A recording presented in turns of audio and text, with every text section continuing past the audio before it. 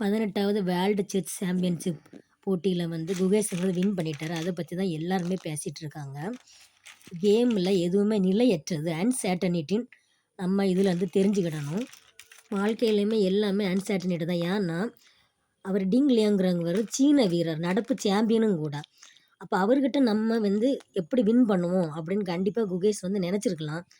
ஆனால் அவருக்கு நாலேஜ் அதை யூஸ் பண்ணி இந்த செஸ் விளையாட்டில் வந்து உடல் வலிமை தேவையே இல்லை.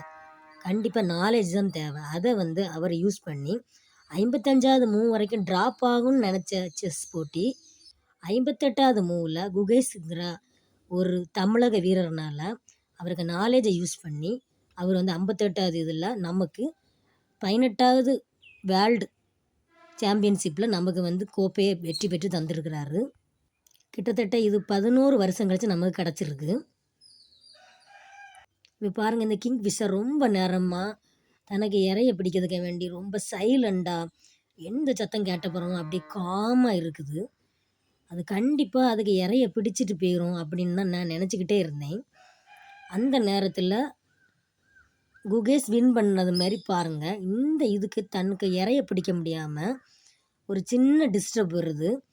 நிறைய ஏகப்பட்ட சத்தம் கேட்ட போகிறோமும் அது வந்து அப்படியே பொம்மை மாதிரி அப்படியே இருந்துட்டு இருந்தது கிங் ஃபிஷரு.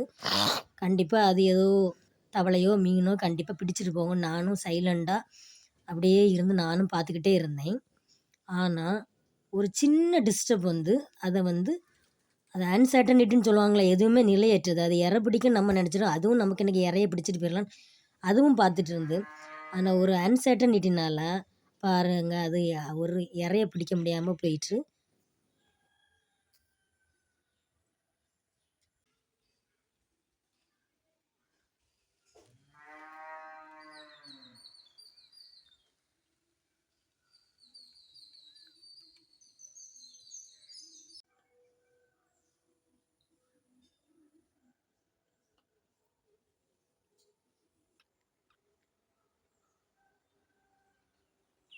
கரெக்டாக அது இறை பிடிக்கலான்னு இருக்கும்போது கரெக்டாக அந்த பறவையை சேட்டை பண்ணி துரத்தி விட்டுட்டு பாருங்கள். இப்போ இதுதான் இருக்குது. அதில் கண்டிப்பாக ட்ராப் ஆகும் அப்படின்னு சொன்ன கேம் வந்து எப்படி நமக்கு வந்து தமிழக வீரர் இந்திய லெவலில் நமக்கு வந்து உலக அளவுலையும் இந்திய அளவுலையும் நமக்கு தமிழக வீரர் வந்து நமக்கு பெருமை சேர்த்து தந்திருக்கிறார். அவருக்கு குகேஷு. இதேமாரி தான் நமக்கு வாழ்க்கையில் எந்த நேரத்துலையும் எது நடக்குன்னு சொல்ல முடியாது. உடல் வலிமையாக இருந்தவங்க தான் வின் பண்ணுவாங்க, பண வலிமை உள்ளவங்க தான் வின் பண்ணுவாங்க அப்படின்லாம் கிடையாது. நம்ம நாலேஜை யூஸ் பண்ணியும் எந்த லெவல்லையும் நம்ம ஜெயிக்கலாம்.